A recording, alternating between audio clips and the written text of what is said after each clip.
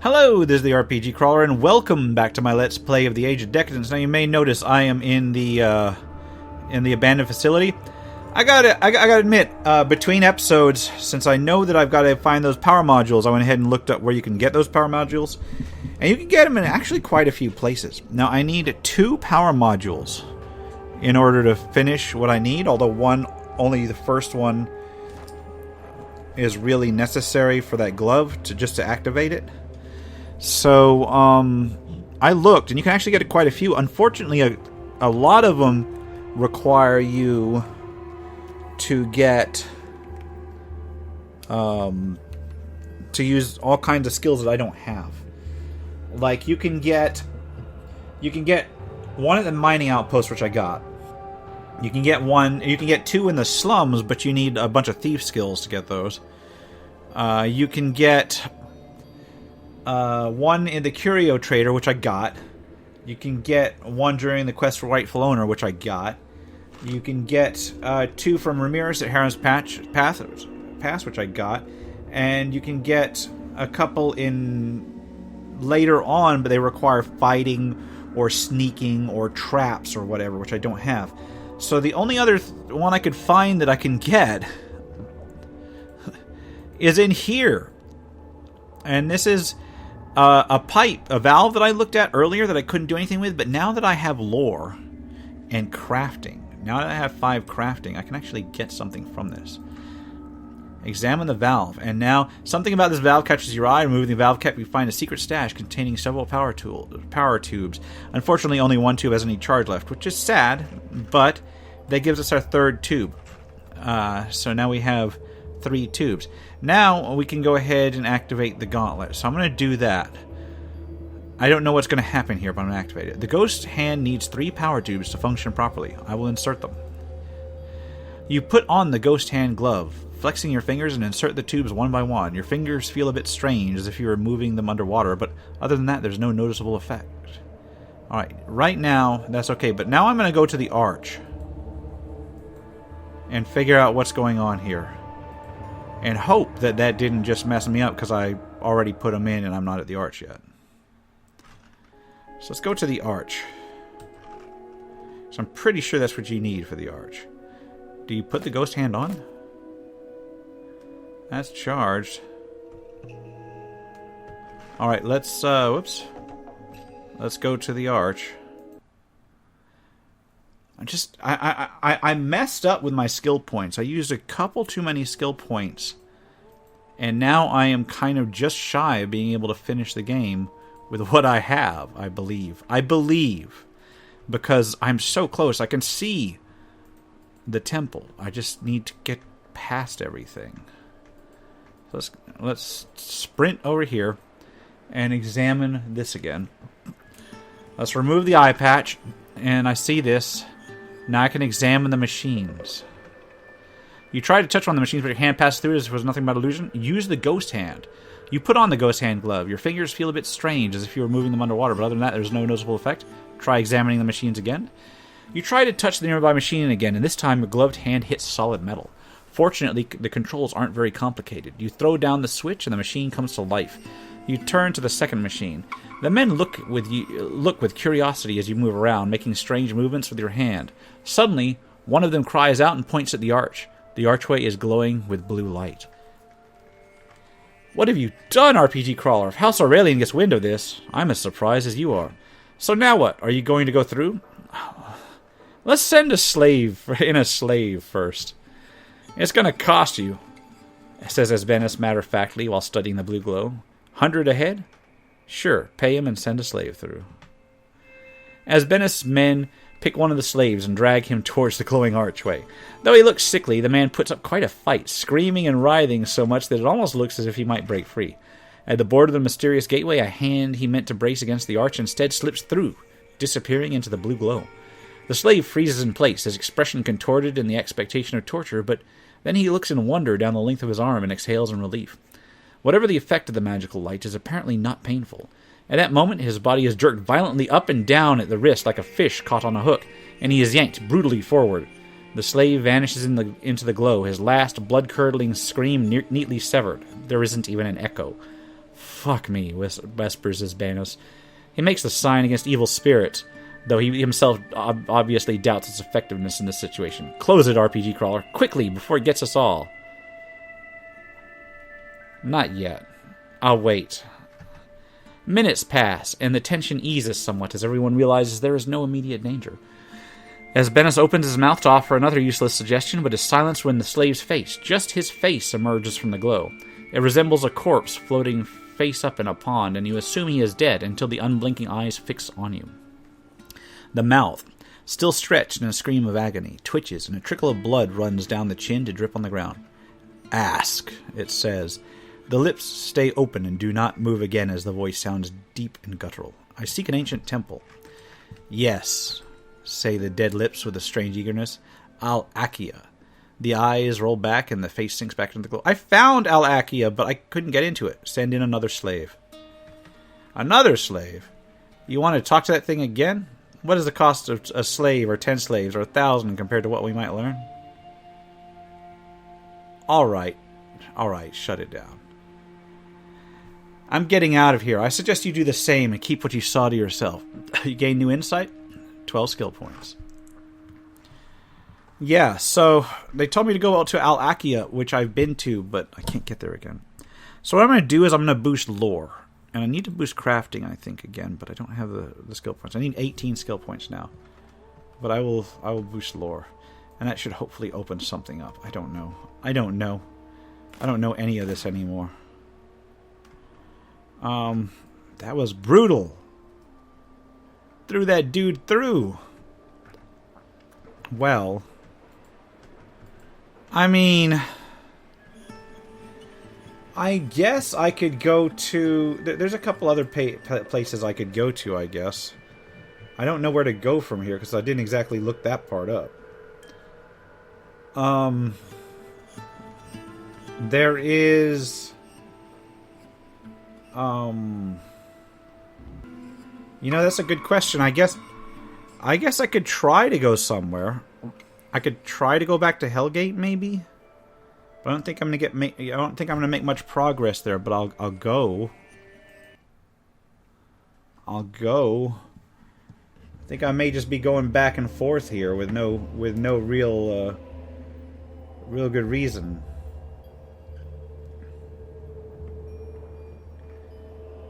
All right. Well, let's go inside.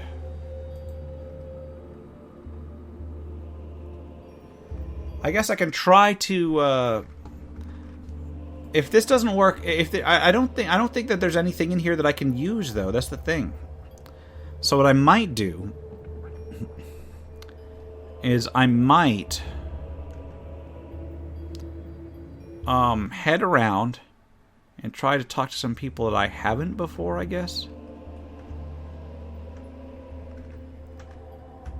Or maybe let's try to use the console again.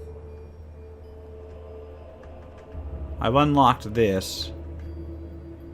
And then this leads to a corridor that has another elevator. So, worst case scenario, I can eat one of these laser things. I wonder if I can get... I wonder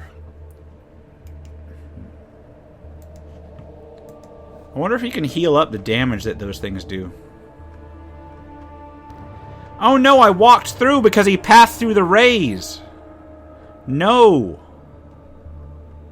Hold on, I'm gonna leave because first I'm gonna load because he passed through the rays. I looked away for a second. Oh my god. And he just walked through those burning rays. God, the pathing sucks. I do like that you can run. I did not know all this time that you could, like, double-click and run. That was my bad. Right. Well, I raised lore. Lore failure again. I thought I raised my lore. I got 8 lore now, which is not enough for that.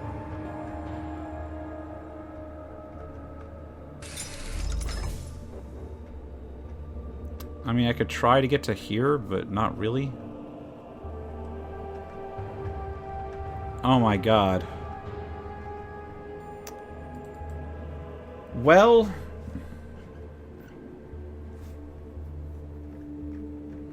I'm gonna quick save here. There's healers in town. So if I go through here, maybe I'll be able to... If I go through just one of them... Ouch. I can try to go to town and see if I can get my constitution restored. Let's try to use the elevator. But I did quick save the game, right? I believe so. The temple. At last, the temple. You stand in awe. So I've reached the temple. You stand in awe of what was once a magnificent complex. A sprawling group of structures the size of Tehran, dominated at its heart by the great ziggurat. Though time has reduced the walls and smaller buildings to little more than rubble and dust, the ziggurat has resisted the elements. The shifting sands have drifted high on its steps, and hungry vines have climbed its surface here and there, but the cracks on its outer shell are superficial. Its presence is like that of a solitary mountain, conveying agelessness and endless patience, seeming content to wait, though for what you do not know. I have 25 skill points. Boom. Well, there's crafting. Fat lot of good that's going to do me now, I think. Because I suspect this is sort of like... Isn't this like the end? Who knows? Is there anything out here I can talk to? Of course there's not going to be anybody out here. I'm the first one to discover this place. Let's take a look around. I can zoom in, but I can barely zoom out. Alright, so this is just like that one place. Except instead of a glowing portal, it's got stairs leading up.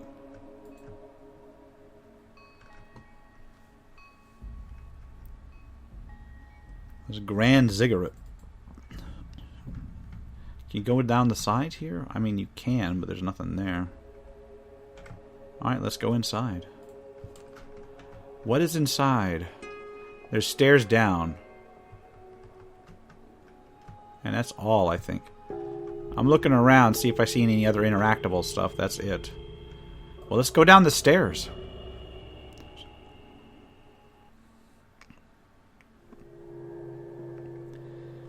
Alright. Oh, wow. This is... So there's like a barracks in here. There's an elevator. So there's an ancient barracks. There's shelves here. The shelves are nearly empty. The few remaining scrolls have no value whatsoever. Yeah, this is an ancient temple. Well, I've discovered the place. Alright, so there's a console and an elevator. Let's use the console. As far as you can tell, the semi-sphere is carved from a single crystal and polished to perfection. It's framed by a large metal band covered with dimly glowing symbols. You touch on the symbols and the crystal surface changes almost instantly. The tiny fracture lines appear, rearranging themselves and disappear as quickly as they came, just like the other ones. Try to figure out how to use it. You almost figured it out if you put your hands this way and then... Never mind. Oh, I need more lore! I should have got more lore instead of... Skill points! It's either this or that. Alright, wow. Statues. Animal-headed statues. Warriors in power armor. Something else. What do they look like? Oh, they got like Anubis head. You've got metal plates over there. And you've got a tank there. You've got a console here. You've got vats there. Oh, this is odd. Let's examine the metal plates. This looks like a... The elevator shaft is blocked by overlapping crescent-shaped metal plates forming an iris diaphragm. Hack away the plates. Your ingenuity is rewarded with a strange pulsing sound. Almost instantly, the constructs come to life and move towards you. Oh no! I'm gonna get ruined. I'm gonna get wrecked. My bad. Run away! Yeah, I'm not designed for this. Actually, wait a minute. Ow. Okay, I'm dead. Alright, tell you what. There's an autosave here. I think that puts me here. Lesson learned! Alright, let's go with the elevator again. I'm still short on... Wait, have I spent my points just yet? Can I go back before I spent my points and get lore instead? I don't have enough for lore because I used 20 to get crafting. 27, yeah, that's not enough to get more lore. Let's go in here. Here, let's open this door. There's a lockbox in there. As you stand in the doorway of the chamber, there is a loud hiss, like air leaking from a pipe. You blink as rows of lights along the ceiling come to life. Along one wall stand 4 tall tanks, which have just now opened. Beneath each spreads a puddle of some viscous fluid. 3 of the tanks house withered corpses in blue robes. The 4th corpse is standing before you. You've seen men in bad shape before, and plenty of them, but this one is as white as he'd been drained at the butcher's for a week. As he takes a few steps, you find yourself checking to see if invisible wires are holding him up. He opens his mouth to address you, and a liter of the same fluid all over the floor pours from his mouth. On his second attempt, he says, "Awakened, awaken, awake," he says awkwardly, as if testing the sound of the words. "Is it time?" he asks in a childlike manner. "Who are you?" "I am..." The man stops in mid-sentence, staring. After a while, you decide he doesn't remember. "What happened to them?" points at the other tanks. He turns to look, but his blank gaze tells you he's not seeing anything, then rattles off a list of arcane terms. Protocol Zeta observed. All vitals within acceptable parameters for up to 80 years. No cognitive damage. He looks back at you, slack-jawed and empty-eyed. "So now what?" The man doesn't move. Let's try a simple approach. "Duty, always popular amongst the serving types." "Duty, yes," he says, something almost lifelike in his eyes. "Our duty. Waking, awake, wake. We must wake him up." He stops dead. "Safety protocol observed." He waits for a response. Is it safe, brother? It is safe, brother. Our enemies are no more. The Magi have done their part. Now you must do yours." "Success!" The man nods and turns around. Awkwardly, he puts his hand on the console, tracing it with his fingers the way the blind do until he finds what he's looking for. You hear a grinding sound coming from the chamber behind you. And it's an elevator. Okay. A life support system? I'm not going to get this. Is there anything in here? No. Lots of empty rooms. Here, there's shelves over here. Hold on. Here, let's get over here. Can't lockpick these doors. Because I got no lockpicks. Because I'm not a thief, I'm a talker. There's so much you can get barred from on this game if you pick the wrong skills. But it's okay, because that improves the replay value a bit. Shelves are nearly empty. Let's go in here. I can't. That's not a doorway. Wow, okay. Let's open this door.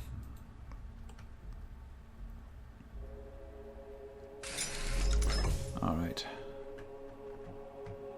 Let's go in here.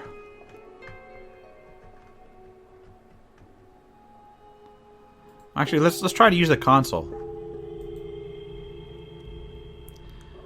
The console's surface is covered with regularly spaced circular indentations. You put your hand on the console and the circles under your fingertips begin to glow. Leave it alone. I don't have the skills for that. I don't know how to do most of this stuff. Let's use the elevator.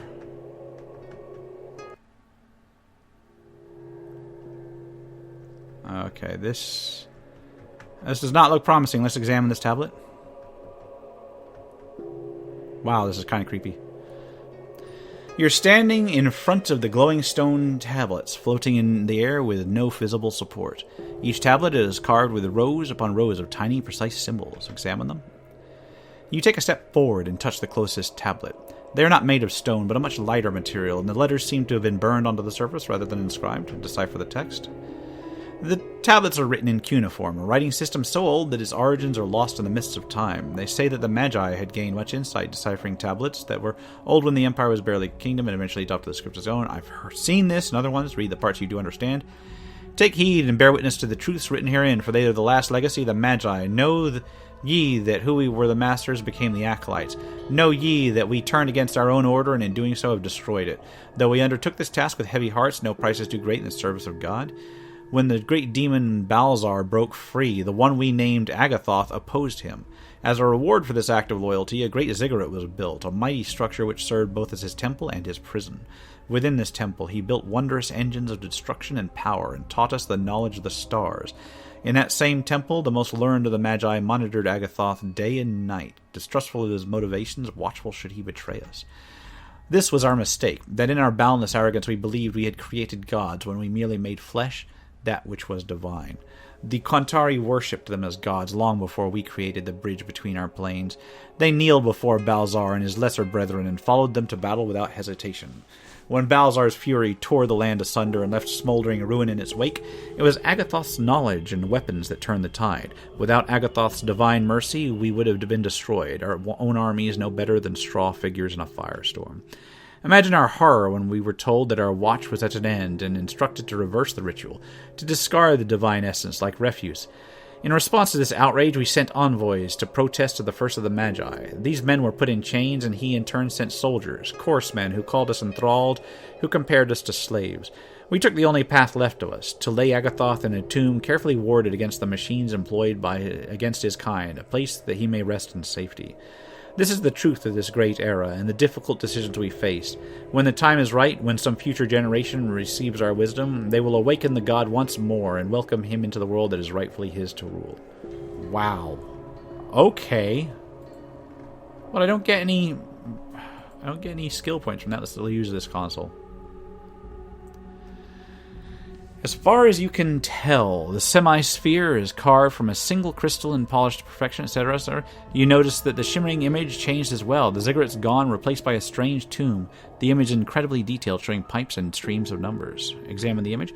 It seems the tomb has a built-in life support system. All vital signs appear to be normal. You touch another symbol, and the shimmering image changes again. It seems to be requesting something. You hear a whirring sound, and suddenly a panel at the base of the console slides open, revealing several round slots. Touch the crystal instead. You touch the crystal, and as if by magic, the strange tomb starts rising from the bottom of the shaft. It stops when it reaches the floor level, waiting for the metal walkways to be lowered. Examine the image.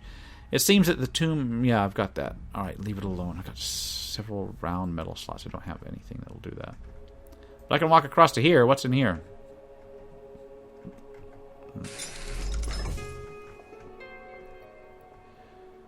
That's odd. Okay. Let's use this console.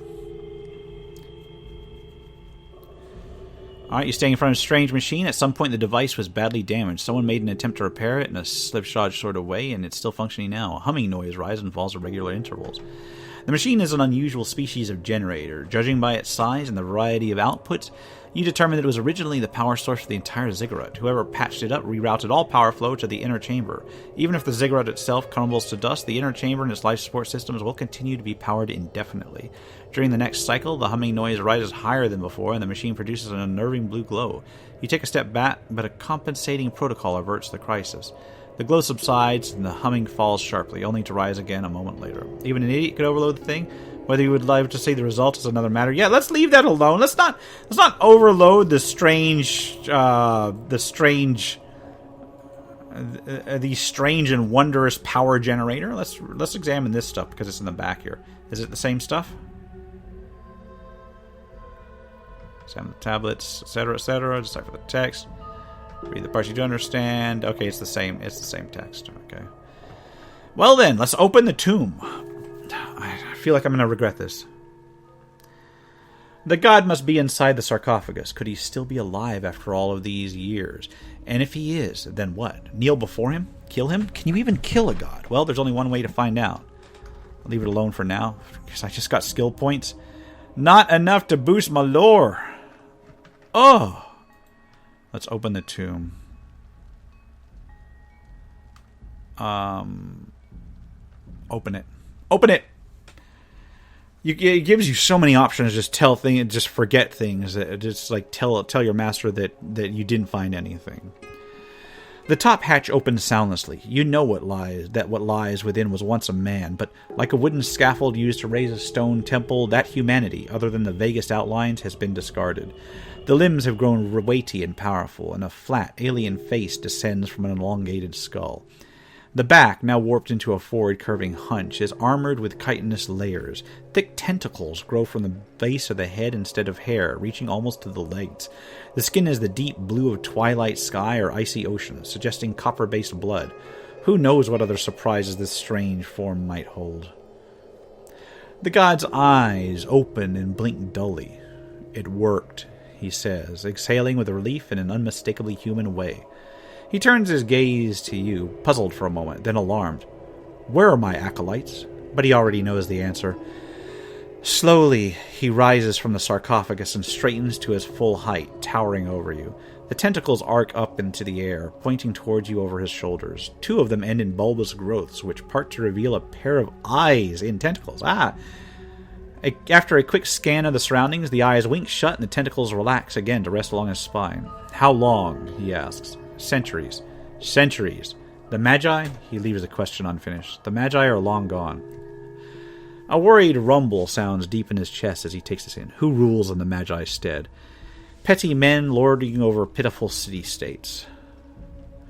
Bring me one of these lords and I'll raise him above all, provided he kneels before me. Why should I help you? Do not play the fool, human. Why else would you be here? Serve me and be rewarded, unless you're here to kill me. He tosses his head back and emits a sort of barking noise. Eventually you recognize the sound as laughter. What do you mean? I know this world for what it is. Humans will bow to any fool wearing a golden crown, but they hate and fear that which is different. A tribal mentality. I could reveal myself once my powers return, but then I'd have to slay a few thousand men who'd rise against me, and then a few thousand more until I grow bored and destroy your kind, leaving but a few seeds to start over. I grow tired merely explaining it. Simply put, I need one of you to be the face that rules a tribe. Convincing one of the lords to come here won't be easy. I will strengthen your body and mind. The rest will you do on your own. Kneel before your god to receive your first gift. All right. Agathoth, even though he's an alien and kind of an a-hole, he's like better than Balazar from what I understand, because that other dude was destroying stuff. The god raises his hands and the palms open like a starfish's mouth, bloodless and jagged. He places the palms on your head and you feel a strange rush of blood and then nothing at all. You wake up on the floor feeling different. Something within you has changed. Give it time, says the god, pleased with his first acolyte. You've gained new insight, which is still not enough, yeah. Alright, well, what do I do now? I've got to find the sphere. I've got to... Oh, I feel like I want a quick save. Yeah, I'm going to quick save. You have your task, what are you waiting for? So I've got to go find a lord to bring here, but who do I pick? Who do I pick? You stop before the elevator and consider your options. Well, Agathoth will pull the strings no matter who you choose. He won't be able to make every decision himself. Thus, the chosen one will have quite a bit of influence, so you should choose wisely. Antidas might be too proud to kneel, but he's always dreamt of restoring the Empire. Or Paulus. He's strong enough not to fold under pressure and have his way.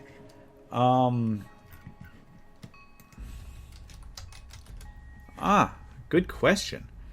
So Antidas is the last lord of House Dalaran. While Paulus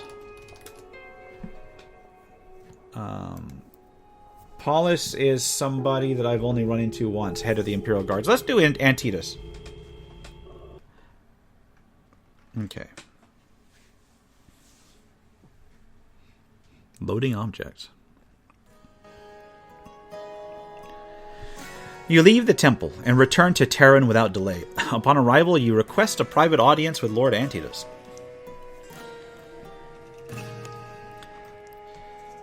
All right. Let's talk to him.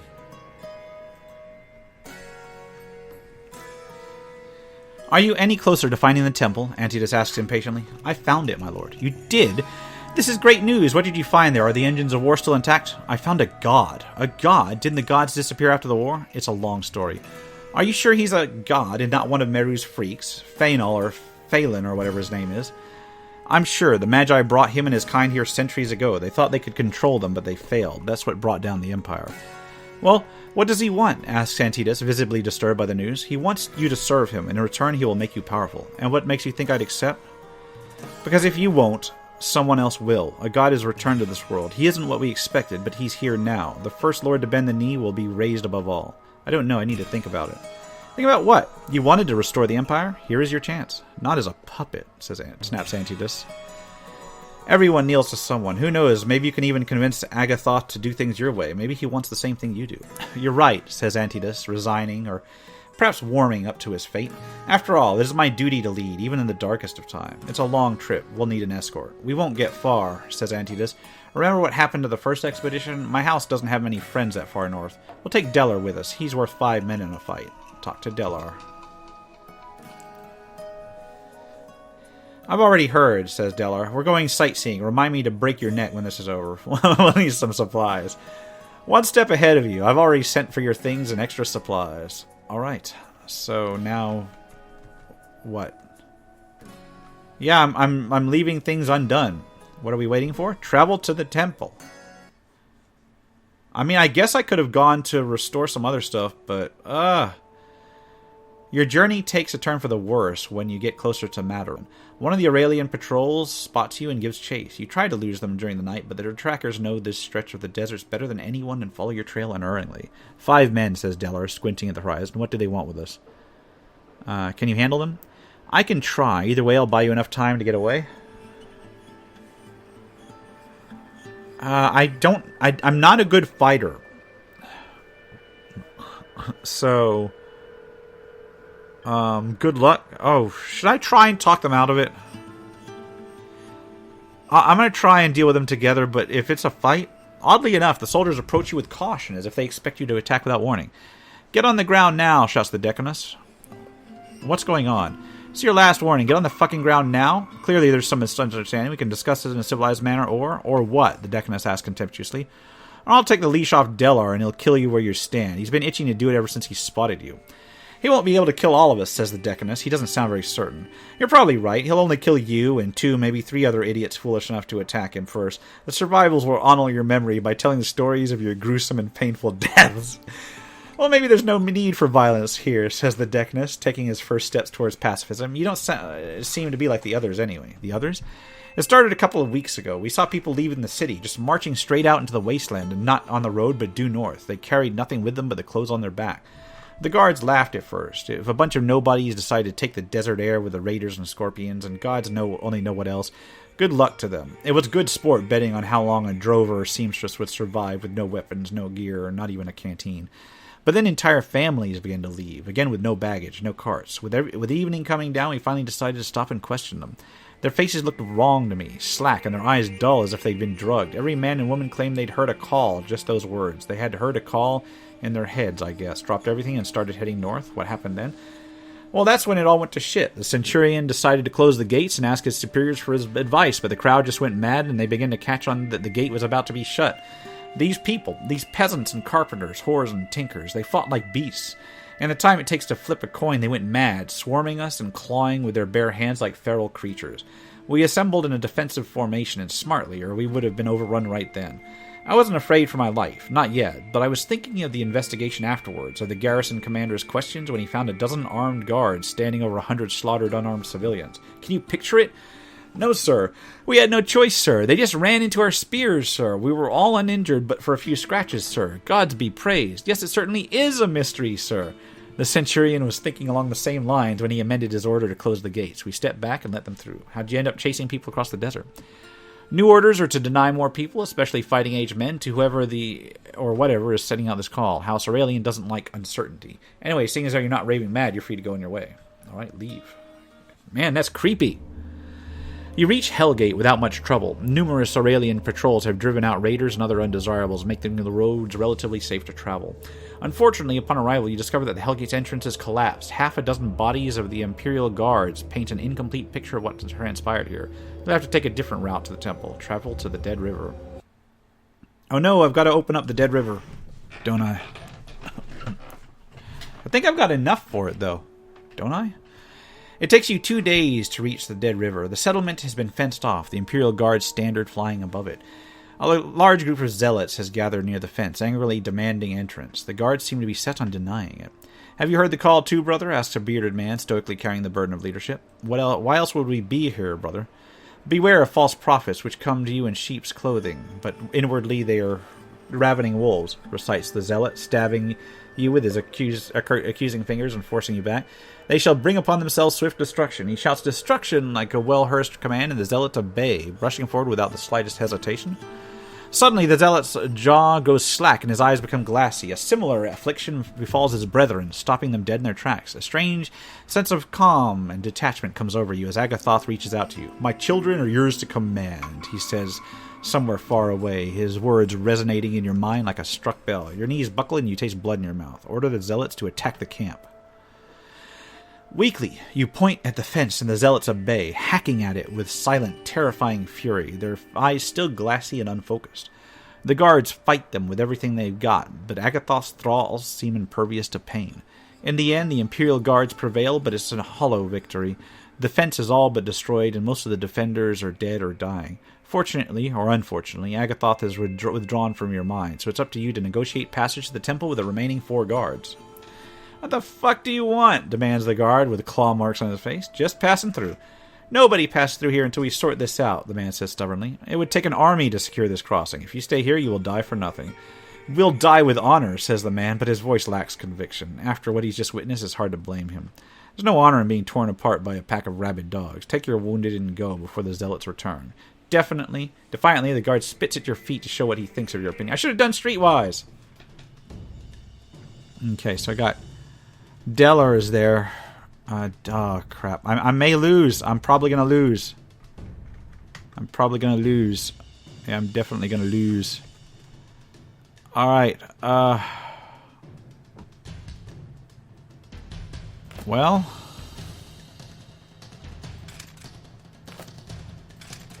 Let's try this. I've got 6 action points. Let's do it. Boom. And another one. Boom. Ow. Oh no. Oh no. They're ruining me. Why are you attacking me? Deller's right there.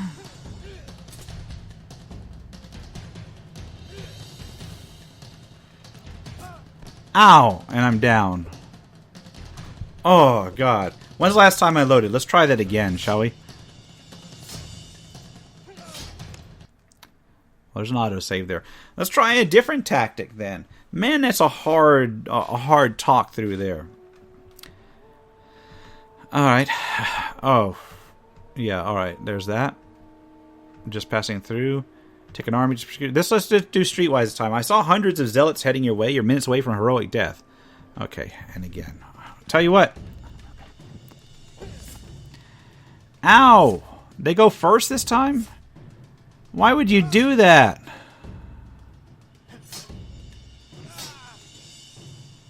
Alright. Ow! I hate this. Alright. That gives me 2 action points left. Let's move all the way back here. And here, they're still aiming at me! What the... Oh my god. RNG. Give me a second. I'm going to take a different path through that talking. Let's see if that gets me anything. What call? What call is not said that the faithful will hear when the gods call upon them. Guess what, brother? The gods did call upon the faithful, yet your eyes remain blind. Cast these unbelievers out of my sight. Okay, now I've got the attack the camp thing. We'll approach, just passing through. Persuasion. Oh my god. Neither of these work, so I've got to attack. I've basically got to do this.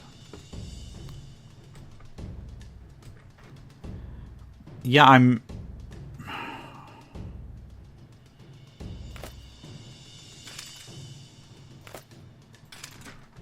not... Alright, this is 3 action points. And I'll move back here. That's all I can do. And I'm still getting attacked. Why me? We got a big beefy fighter up here.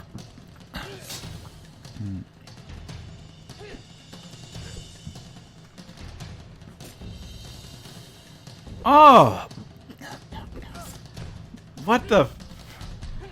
You know what? What I'm gonna do is, before I get there, I'm gonna go back. I don't know what I'm gonna do. This is so close to the end.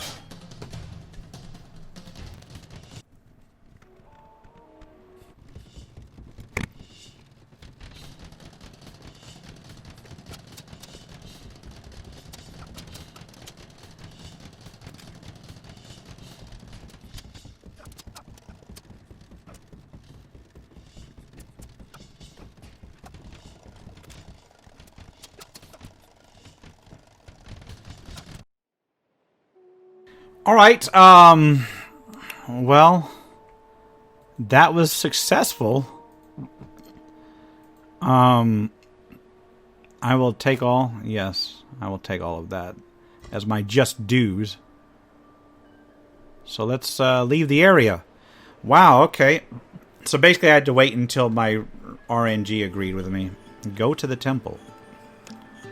Yes, I will go to the temple. I should have switched my armor, so that I can regenerate hit points.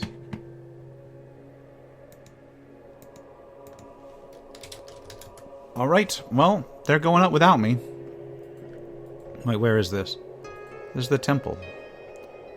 They're here, restoring it. Okay. Antidus is heading ahead. This may run a little bit long, but that's okay, because it looks like this is the end, I think. Oh, look, there's the god.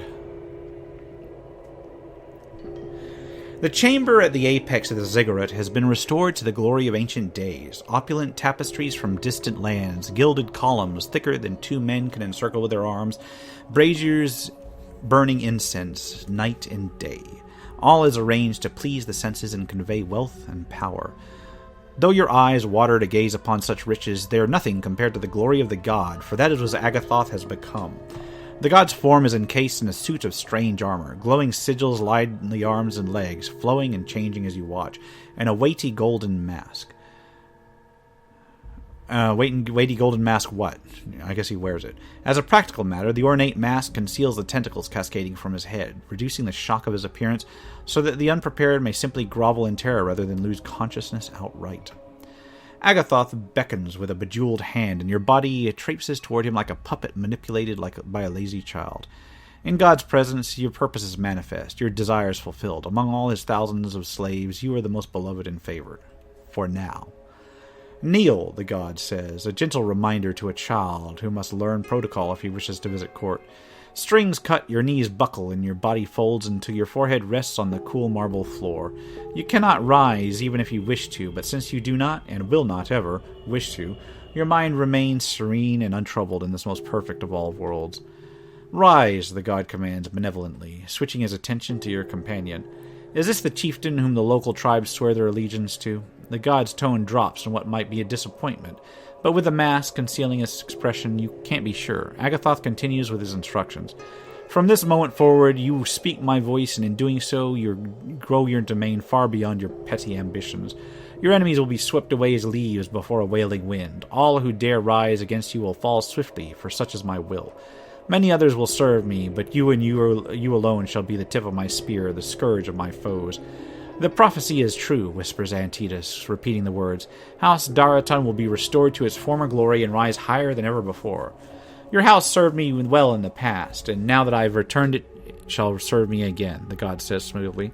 I shall make you the absolute lord of men. You will serve me faithfully in all things, just as your men serve you. You may rule as you see fit in matters that are beneath my notice, but you will obey my word in every detail and without hesitation. When my other servants reveal themselves to you, you shall obey their orders just as you obey mine. Lord, Antidus breathes out, unable to believe his luck. You aren't sure he's heard anything past the absolute lord of men. Moving with unnatural grace, 2 men step forward and flank Antidus. Under normal circumstances, you'd find their unblinking, vacant gaze disturbing, but there's nothing normal about these circumstances. My servants will take you back and see to your safety. Keep them close, for they will give their lives to protect you, commands Agathoth. Your first task is to raise a great army. It's the dawn of a new age and the end of your adventure. Antidus' transformation from a waffling and ineffective megalomaniac into a brilliant tactician takes everyone by surprise. His detractors put his string of victories down to an extraordinary luck or witchcraft, but his allies are quick to remark that what matters is who wins and how it is done. Besides, they will smugly add, it is always prophesied that Antidus would restore his house to its rightful place. Despite Antidus' uncanny luck, the war is long, and 3 bloody years will pass before he is able to proclaim the birth of a new empire over the corpses of his foes. The new king proves as adept at statecraft as slaughter, but his ambition is not satisfied with rule according to the empire's ancient borders. Next, he looks to pacifying the wasteland and conquering faraway kingdoms. Rumors speak of a power behind the throne, an advisor trusted above all others. For Antidus takes no decision without consulting this mystery figure. Loose tongues, or perhaps merely jealous ones, claim that Antidus himself is nothing but a puppet and the shadowy other of the true ruler, but only a fool would credit such stories. And that was the Age of Decadence, and just one of several endings, and the endings are highly dependent on what skills you get throughout the game, so it actually offers a fair bit of replay value despite being relatively short. I enjoyed that. You can pick that up on Steam and GOG and so on and so forth, yeah, I enjoyed it. I'm looking forward to my next Let's Play. Anyway, for now, this has been the RPG Crawler with the Age of Decadence. If you've liked it, remember to leave a like, comment if you've got any feedback, and subscribe for more RPG content. Until next time, take care and goodbye.